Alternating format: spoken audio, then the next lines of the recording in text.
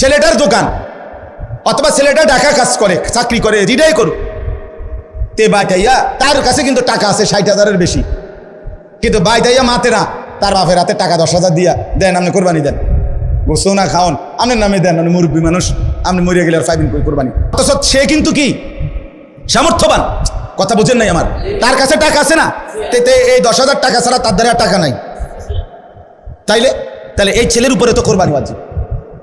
অথচ সে তার বাবার নামে কোরবানি দিল, বাবার সাথে শরীক দিয়া টাকা জমা দিয়া 10,000 টাকা বাবারে বুঝাই দিয়া শেষ। সে মনে মনে ভাবতেছে আমি তো কোরবানি দিছি, এই যে আব্বারে দিছি 10,000, তুই বেটা আব্বারে না 10,000 দিছ, কোরবানি দিছ কই, কোরবানি উপলক্ষে না 10,000 টাকা বাপেরে দিছ, তো তুমি তো সারা বছরই টাকা দাও, তো এখনো দিছো, এটা অসুবিধা কি? বাপমার খেদমত তুমি করবে না?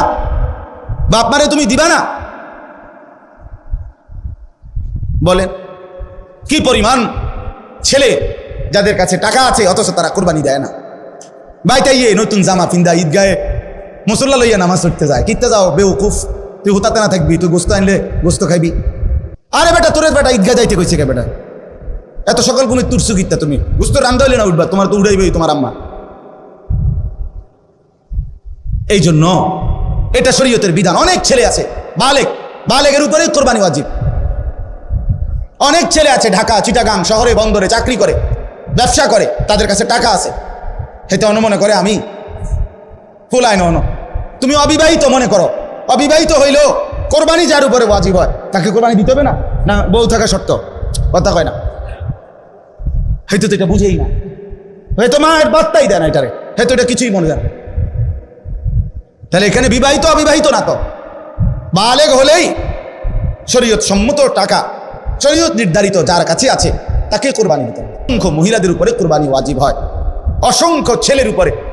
ছেলেটাই অল্প বয়সী 18 বছর 20 বছরের ছেলের বিদেশ পাঠাই দিছে, ফোলা বিদেশ থেকে টাকা পাঠায়, বছরের পর বছর বাপমার নামে কোরবানি হয়, অথচ তার কাছে আরো টাকা আছে, তাহলে ওই টাকাগুলোর কারণে তো তার উপরে কোরবানি ওয়াজিব। এই জন্য দয়া করে বাপ, আরো অনেক মাসালা আছে, আমি শুধু বুঝায় বলবো। ওই 2 ভাই চাকরি করে অথবা 2 ভাই ব্যবসা করে, দোনো ভাই আলাদা 2টা দোয়ান, কিন্তু সংসারে একসাথে অন, এমন আছে না? মানে ভিন্ন হয়েছে না আর কি, দোনো ভাই বাপ মাও আছে করে, তো বাপ মার লগে একসাথে খায়, তো কাজে যেহেতু তারা এখনো সংসার ভিন্ন হয় নাই, যাদের ঘরে বউ লইয়া যার যে আলাদা থাকে যদিও, কিন্তু রান্দাবাড়ি এক লগে একসাথে খায় দেয়, তো দোনো ভাইয়েই কামাই রোজগারি করে, দোনো ভাইয়েরই কি আছে, ইনকাম আছে, দোনো ভাই মিল্লাট, এবারটা 15,000 এবারটা 15,000 মিলাইয়া 30,000 টাকা আব্বার হাতে দিয়েছে, কোরবানি দেন আমরা। কারণ আমরা তো একসাথে খাই, গোস্ত তো রাইলে আমরা একসাথে খাও, আমরা কি আর এনে আলাদা খামুনি, তো গোস্তই তো খাওয়া, তো এটা তো আমরা একসাথে আসি, বুঝছেন নাই কথাটা? তো এবার এই 30,000 টাকা দিয়ে কার নামে কোরবানি দিল? বাপের নামে। তো তোমরা যে দুজন সামর্থ্যবান, তোমাদের কোরবানি কই হলো?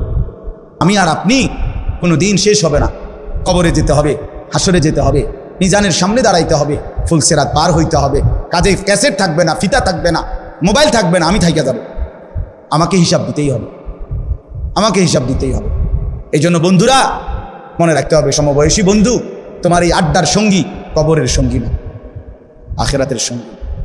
যে কিছুক্ষণ টাকা পয়সা, মোবাইল অথবা শরীরের ফুর্তি করার সামর্থ্য আছে, ওটুকুরই সঙ্গী, ফুরায় গেলে আর নাই। কোরবানির কথাটা এবার বলি একটু, এরপরে তরজমা বলুন। কোরবানির বিষয়ে দেখেন, শুধু একটা উদাহরণ শুনেন।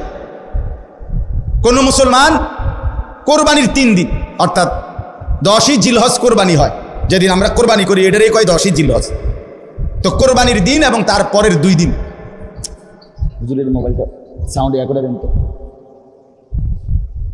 সাউন্ড এ করে দেন।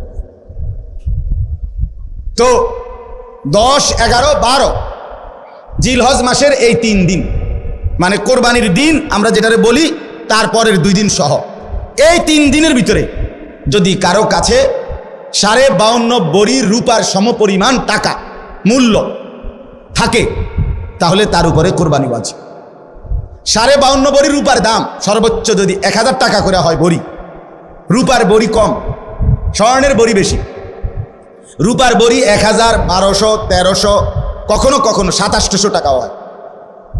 তাইলে যদি 1000 করে গড়ে হয় তাহলে 52,500, 52,500 কিনা এই ঈদের দিন, কোরবানির ঈদের দিন এবং তারপরের 2 দিনের মধ্যে যে কোনো টাইমে কারো কাছে যদি নিজের ঘরের এই মৌলিক প্রয়োজন, ওই যেটা আমি বললাম হাওয়ায় যে আসলি, বউ বাচ্চার, বাজার, ওষুধপত্র সহ আমরা মৌলিক খরচ যেটা মোটা দাগের, এই মৌলিক খরচ যা তার অতিরিক্ত যদি ওই পরিমাণ টাকা সম্পদ কারো কাছে থাকে তার উপরে কুরবানি ওয়াজিব।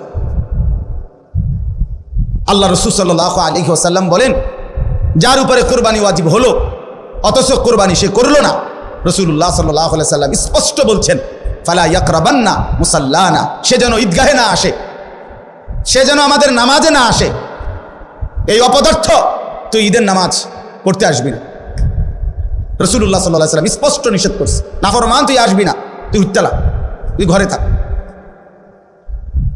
বলেন, তাইলে জিলহজ মাসের এই 3 দিন, কোরবানির 3 দিন, মনে করেন আপনি গতকালকেও আপনার কাছে টাকা ছিল না, কিন্তু আজকে কোরবানির দিন বা তার পর দিন সকালবেলা আপনি একজনের থেকে 70,000 টাকা পাইতেন, এবার আজকে দিছে টাকা, বাইটা সেই ঈদের উপলক্ষে এই টাকাটা আজকে দিছে। আর এই টাকাটা ছাড়াও আপনার ঘরের পরিবারের সংসারের যা প্রয়োজন তা চলবে, সমস্যা নাই, এই টাকাটা তো আমি ধরছি না হিসাব, এই আজকেই টাকাটা পাইছেন, আজকে তো আগামী এই 3 দিনের সন্ধ্যার আগে আগে আপনার জন্য কোরবানি ওয়াজিব। যে মহিলার কাছে স্বর্ণ আরো কিছু নগদ টাকা আছে, দুইটা মিলাইয়া যদি, যেমন একজন মহিলার কাছে মনে করেন 1 ভরি স্বর্ণ আছে, 2 ভরি 1.5 ভরি, এটা তো থাকেই, একেবারে ন্যূনতম 1-1.5 ভরি স্বর্ণ তো যে কোনো মহিলারে আছে, বুড়া বেডিতেও আছে, মহিলারও আছে, একেবারে গরিব বুড়া আবার ঘরেও আছে। সাথে যদি ওই 3 দিন এই মহিলার কাছে আলগা কিছু টাকাও আছে, 10,000, 5,000, 20,000, 15,000, উনার টাকা, এটি উনার মহিলার নিজের টাকা, স্বামী দিছে, নয়তো ছেলে দিছে, নয়তো বাপের বাড়ির থেকে দিছে, যেমনি হোক দিছে, এই স্বর্ণ আর ওই টাকাটা মিলাইয়া যদি 52,500 টাকার দামের চাইতে বেশি হয়, এই মহিলার উপরে কোরবানি ওয়াজিব, নিঃসন্দেহে ওয়াজিব। তাইলে 1 ভরি স্বর্ণের দাম তো হলো 80,000, ওনার কাছে আরও আছে 5,000 ব্যক্তিগতভাবে টাকা, তো 85,000 ধরেন, তো 85,000 টাকা 52,500-এর চাইতে কম, তো তাইলে এই মহিলার উপরে কোরবানি ওয়াজিব হলো কিনা? কই আমাদের সমাজে কয়জন মহিলার কোরবানি দেয়? বেটিতে গুস্তও না খাবায় কিন্তু কোরবানি কই, রুটি গুস্তও না খায় উনি কিন্তু কোরবানি হইও কই না। রাসূলুল্লাহ সাল্লাল্লাহু আলাইহি ওয়াসাল্লাম বলেন, যে ব্যক্তি সামর্থ্য থাকার পরেও কোরবানি করলো না, সে যেন আমাদের নামাজে না আসে। কি পরিমাণ ধমক দিছে! তাহলে আমি এই 2টা মাসালা আপনাদের বুঝাই, কোরবানির বিষয়ে বোঝা দরকার। আপনি মনে করেন ছেলেটা বিদেশ, অধিকাংশ মানুষের ছেলে বিদেশ আছে, তাহলে সে টাকা রোজগার করে, এখন হে প্রত্যেক মাসে বা 2 মাসে 3 মাস পর পরই বাফেরে 20,000, 30,000 টাকা দেয়, এই ছেলেটা বাফের লাগিয়া পাঠায়, বাপ মার লাগবে। এখন কোরবানির সামনে এই উপলক্ষে ছেলেটা 30,000 টাকা পাঠাইছে, অথবা অন্যান্য বারের চাইতে 5,000 বেশি পাঠাইছে, ধরেন আগে পাঠাইতো সবসময় 30,000, যেহেতু কোরবানি এই জন্য পাঠাইছে 40,000, কথার কথা 10,000 বেশি পাঠাইছে। এখন এই টাকাটা দিয়া ছেলেটার মা এবং বাপের কোরবানি করছে, বাপমার নামে কোরবানি দিছে। এখন ছেলেটা, তার কাছে তো টাকা আছে, তাতে শুধু 30,000 টাকা না, তার কাছে তো তার ব্যক্তিগত জমানো টাকা আছে, তার কাছে তো অবশ্যই 52,500 টাকার অতিরিক্ত টাকা তার কাছে ব্যাংকে হোক যেখানে হোক তার কাছে জমা আছে না? কথা বলেন না কেন? তাহলে এই ছেলেটার উপরে কোরবানি ওয়াজিব কিনা? বলেন না। তো এখন তার যে বাংলাদেশে তার বাপমার নামে কোরবানি হলো, দিল, তো তাদের সোয়াব হইল, ঠিক আছে, তাদের কোরবানিও হয়েছে, কিন্তু এই ছেলের কোরবানি আদায় হয়েছে নি? কথা বলেন না কেন? তো এই 10 বছর ধরে ফোলাকা বিদেশ থেকে টাকা পাঠায়, বাপমার নামে কোরবানি হয়, তার কোরবানি, সে তো গুনাহগারী থাইকা গেল, সে তো নাফরমানি থাইকা গেল। এই ছেলের জন্য তো ঈদের নামাজ পড়তে নিষেধ করছে আল্লাহ, নবীজি সাল্লাল্লাহু আলাইহি ওয়াসাল্লাম, তুই তো পাপী রয়ে গেল।